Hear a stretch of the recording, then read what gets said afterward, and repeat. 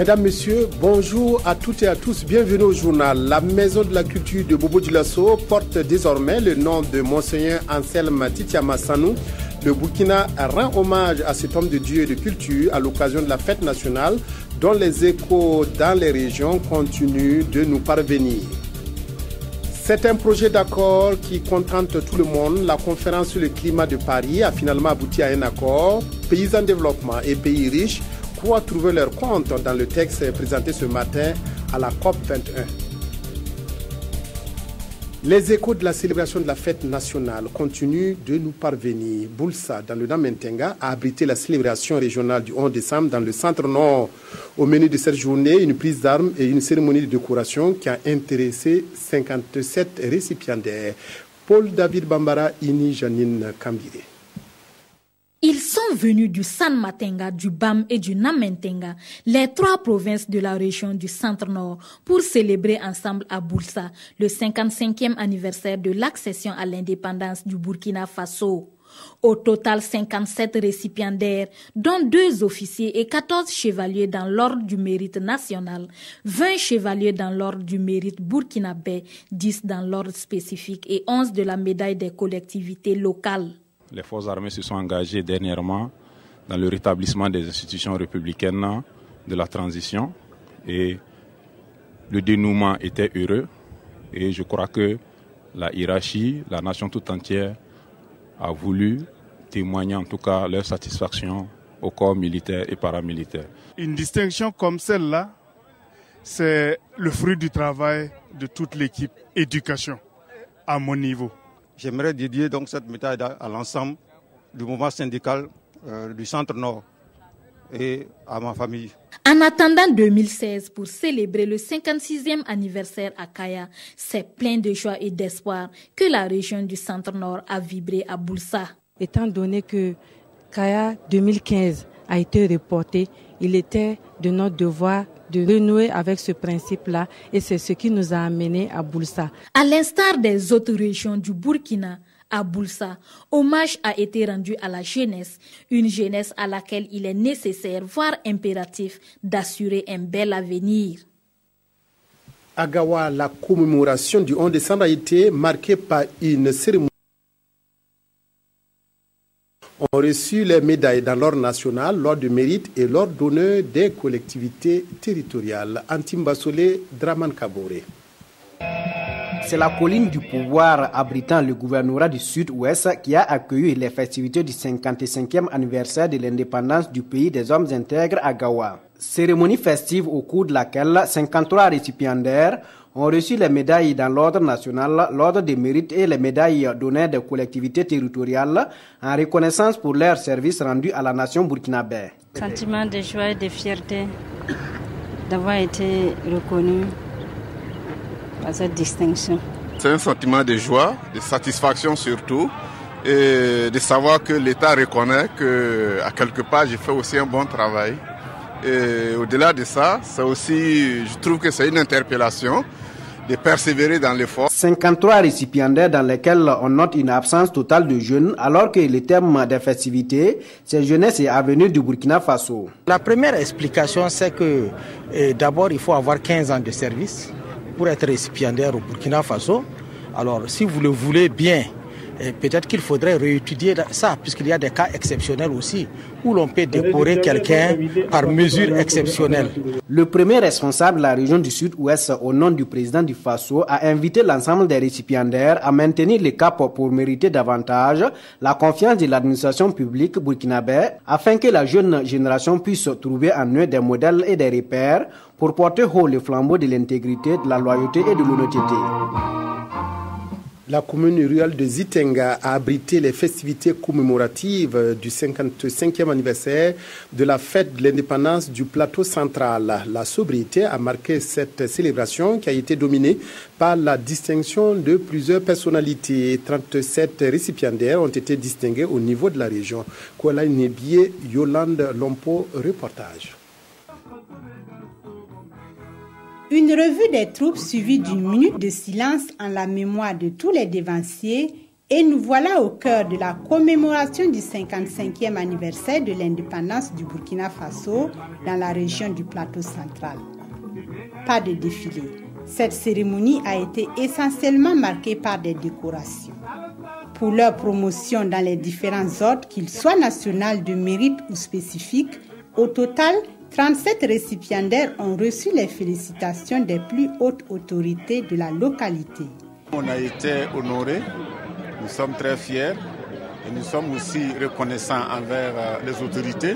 Cette médaille, je la dédie vraiment à tous les acteurs, à toute la population, puisque le travail est collectif. Reprenant les propos du président de la transition, le gouverneur de la région du Plateau central, dans son adresse à la population, dira à l'heure du bilan que même si certains secteurs tels l'eau et l'électricité sont restés à la traîne, force est de constater que c'est par la transition qu'est né un nouveau nationalisme, voire la vraie démocratie. C'est l'occasion pour nous de remercier l'ensemble des populations qui ont œuvré pour que cette période de transition se passe dans de bonnes conditions. Et pour joindre l'utile à l'agréable, quelques troupes ont démontré leur savoir-faire en matière de danse traditionnelle.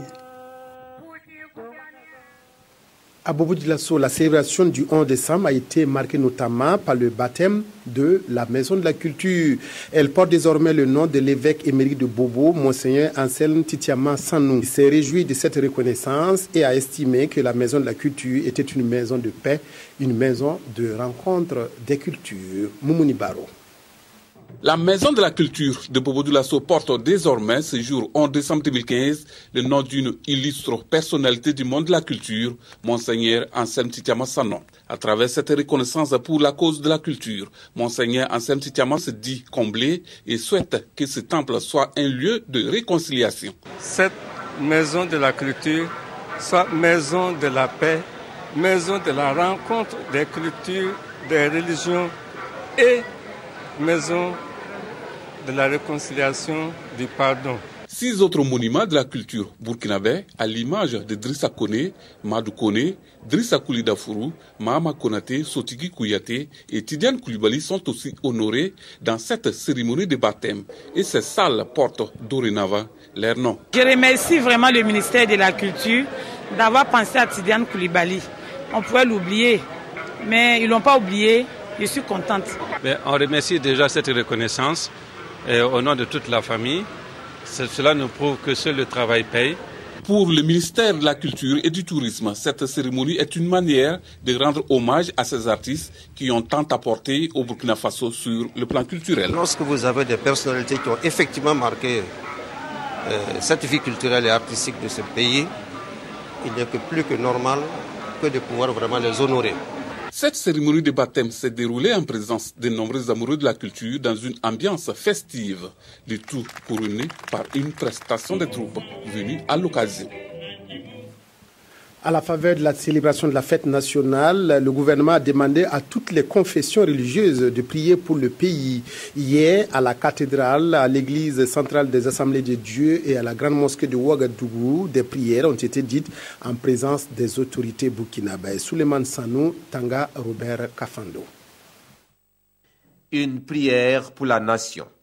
Une messe d'action de grâce à l'église de la cathédrale de Ouagadougou pour dire merci au Seigneur d'avoir veillé sur le Burkina en cette année tumultueuse et lui demander grâce et protection pour les nouvelles autorités et pour la nouvelle année. Avec des membres du gouvernement, le président Michel Kafando a assisté à cette messe officiée par le cardinal Philippe Ouedraogo qui, dans son homélie, a prêché pardon et réconciliation pour une paix véritable au Burkina. Pour nous les croyants, nous y avons vu toujours la main de Dieu. Dieu est présent dans l'histoire de notre peuple. Et nous sommes venus pour lui dire merci. À l'église centrale des Assemblées de Dieu, une autre prière, la même reconnaissance et les mêmes vœux. Le Premier ministre Yacouba Isaac Zida et des membres du gouvernement sont allés confier l'avenir du pays à la divine providence. Grande mosquée de Ouagadougou. À la prière de ce vendredi 11 décembre, toutes les confréries islamiques sont réunies pour dire merci d'une même voix à Allah et l'implorer protection et miséricorde pour le Burkina.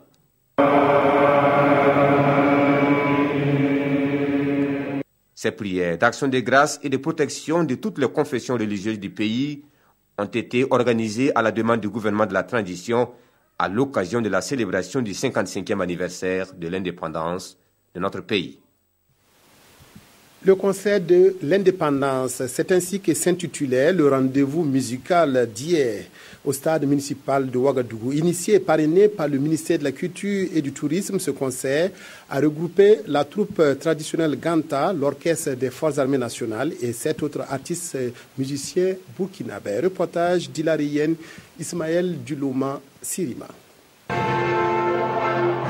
L'hymne national chanté en chœur par le public avant de laisser la troupe Ganta donner le coup d'envoi du concert de l'indépendance.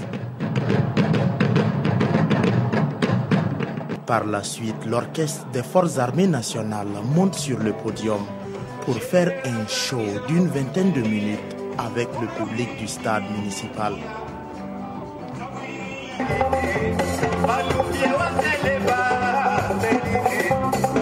Après l'orchestre des Forces armées nationales, 7 autres artistes, tous burkinabés, évoluant dans la musique moderne ou tradi-moderne, prennent d'assaut le podium pour présenter des prestations entièrement en live.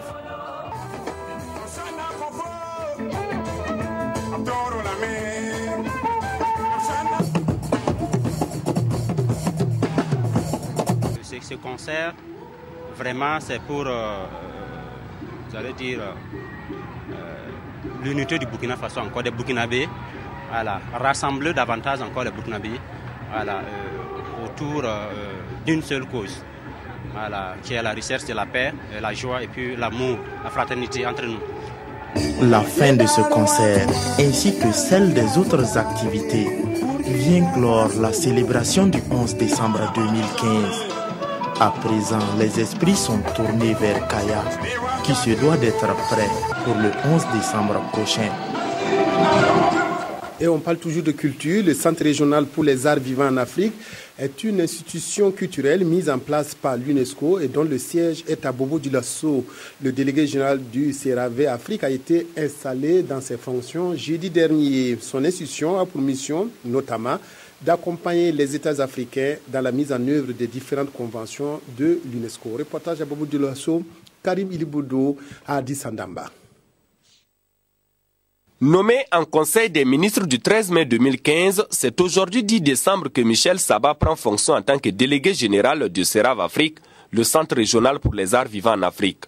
Un centre qui se veut une plaque tournante de rencontres, d'échanges et de décisions entre opérateurs culturels, artistes, experts et décideurs politiques de tous les États membres et de l'UNESCO, le système des Nations Unies pour l'éducation, la science et la culture. Une institution qui est dédiée à la culture, donc qui aura pour vocation de travailler au renforcement des échanges et de la coopération entre les États au niveau culturel et qui va apporter un appui technique aux États en matière d'élaboration de politiques et de stratégies.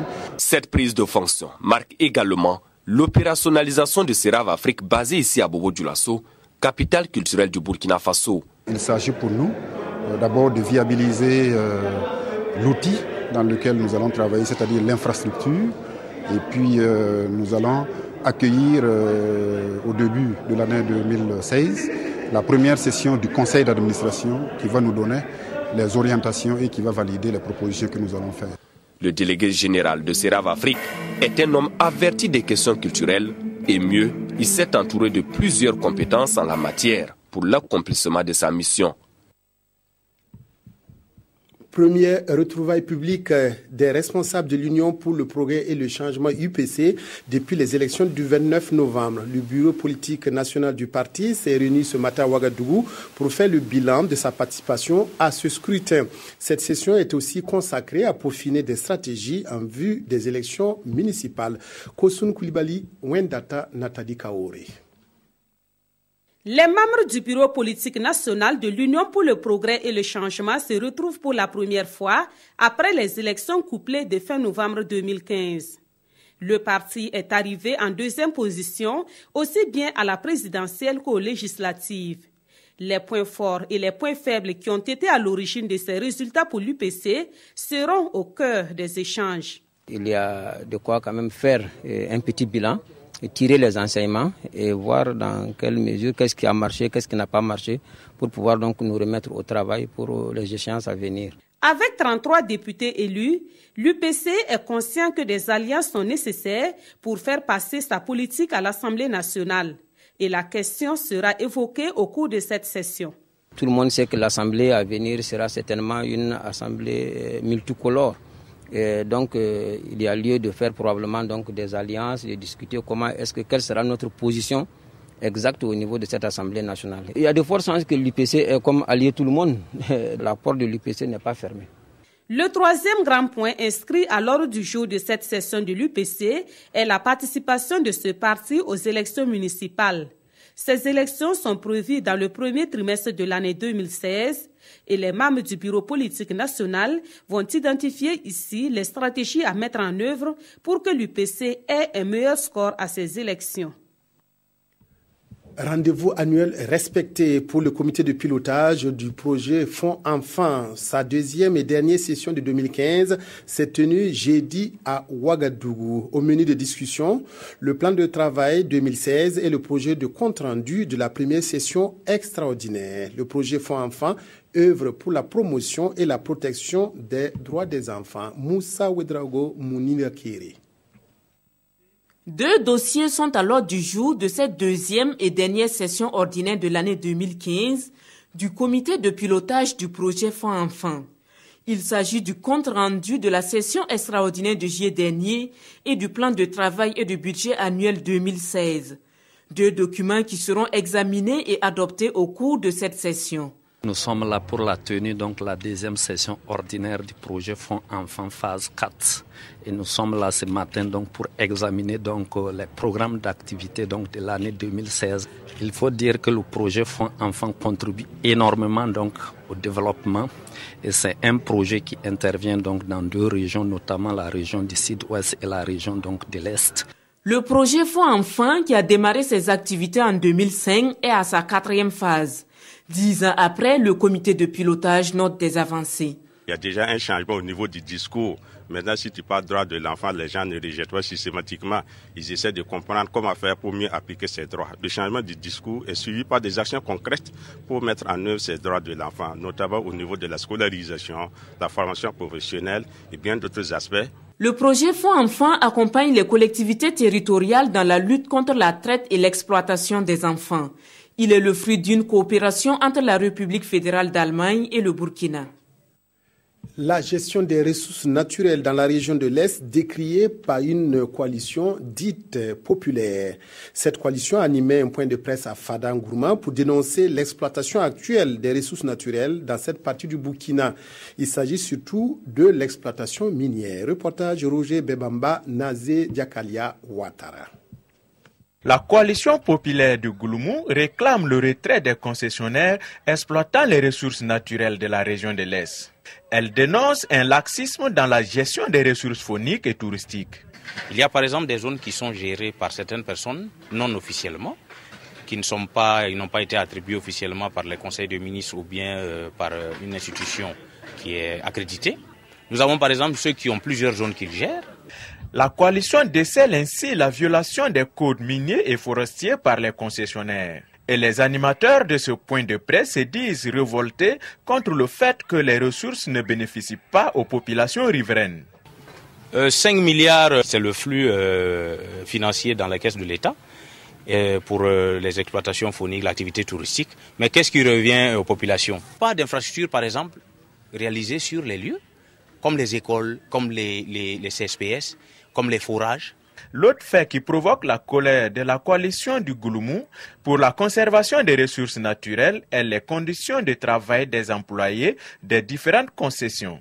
C'est pourquoi Lio et ses camarades comptent réunir tous les acteurs soucieux de la préservation des ressources naturelles pour mieux formuler leurs doléances. Et en parlant de ressources naturelles, voyons la COP21 qui a finalement abouti à un projet d'accord qualifié d'historique par la présidence française. J'espère que la réalisation va nous montrer ces images. Il a été présenté ce matin aux délégations des 195 pays participants. Le texte réussit à satisfaire aussi bien les exigences des pays en développement qu'à préserver certains intérêts des pays riches. Les États-Unis ont obtenu que la responsabilité des pays développés dans les dégâts causés par les changements climatiques ne puisse pas être engagée pour le moment. Et les pays pauvres ont pu viser une hausse maximale de 1,5 degré d'ici à 2100, voilà. Cet accord ne satisfait pas tout le monde puisque les organisations de la société civile n'y trouvent pas leur compte. Le Burkina Faso a connu 3 présidents depuis la révolution d'octobre 2014. Le 4e président, lui, s'impatiente pour prendre fonction.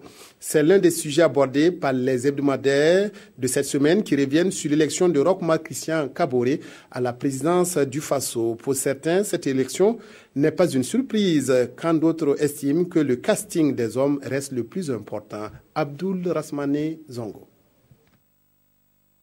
Roch président, bravo à la transition-transmission, c'est l'un des titres phares de l'opinion et relatif à la présidentielle 2015.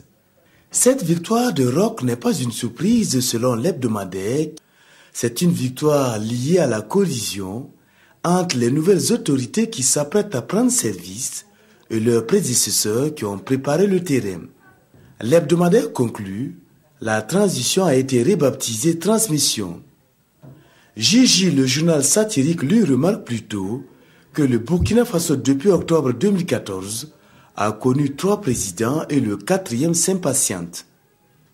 Selon le journal, Zida a validé son ticket d'ancien chef d'État avant de passer le témoin à Michel Kafando sous la transition. Une transition au cours de laquelle un éphémère président putschiste d'une semaine s'est invité. Et le président nouvellement élu en novembre attend lui son investiture. Le journal satirique fait également remarquer qu'une chose est d'avoir le pouvoir et une autre est de savoir gérer. Pour le journal, le président doit savoir également faire le grand casting après la victoire. Et Gigi s'interroge. Quel attelage pour gérer le pouvoir après la victoire à la présidentielle?